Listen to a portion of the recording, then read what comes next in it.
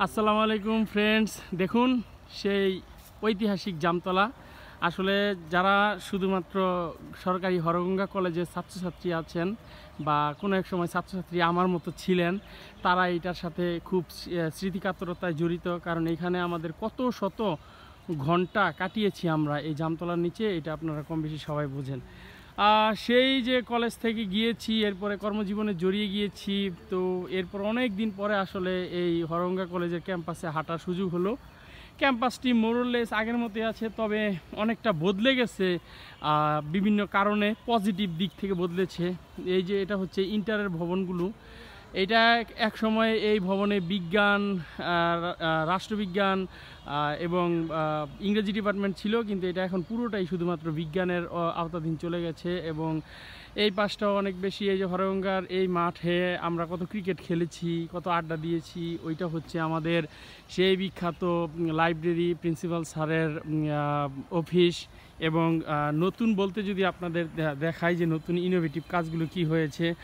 আগে কিন্তু পুকুরটার চারদিক এবার বাঁধানো ছিল না, এখন পুকুরটার চারদিক বাঁধানো হয়েছে। সেই পুরাতন যে ছাত্রাবাস, সেটা পুরাতন ছাত্রাবাসের পাশাপাশি নতুন একটি ছাত্রাবাস হয়েছে। এবং সবচেয়ে চমকপ্রদ যেটা হয়েছে, একেবারে অসাধারণ একটি কাজ, প্রশংসনীয় একটি কাজ, 10 তলা ছাত্রাবাস কিন্তু তৈরি করা হয়েছে।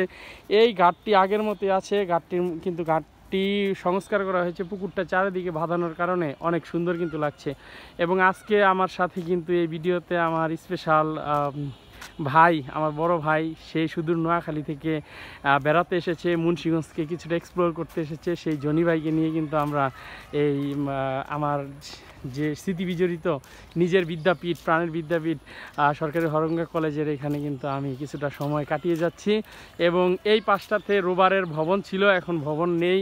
এবং ওই পাশটাতে আগের মতোই সমাজকর্ম ডিপার্টমেন্ট, হিসাব বিজ্ঞান ডিপার্টমেন্ট এগুলো ছিল, এইগুলা ওই রকমই আছে। তো যারা হরগঙ্গা কলেজের রানিং ছাত্রছাত্রী আছে বা যারা আগের সাবেক ছাত্রছাত্রী আছে, তারা অনেকেই হয়তোবা এই ভিডিওটি দেখার পরে স্মৃতি বিজড়িত হয়ে যাওয়ার কথা আমার মতো।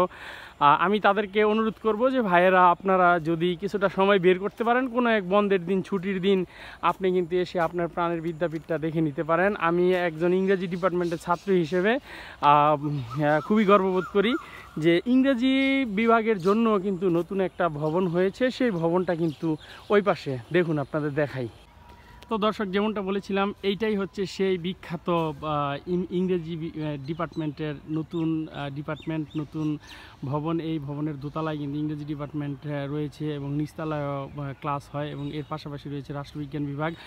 এবং এই ইংরেজি ডিপার্টমেন্টের পাশে কিন্তু বিশাল একটি মাঠ রয়েছে, মাঠের আয়তনটাও বড়। আসলে ওভারঅল খুব সংক্ষেপে দেখানোর চেষ্টা করলাম হরগঙ্গা কলেজের। আসলে নতুন করে দেখানোর কিছু নেই, সেই সবার চিরচেনা সেই পরিচিত জিনিসগুলি হয়তো আবার আরও একবার আমি দেখালাম।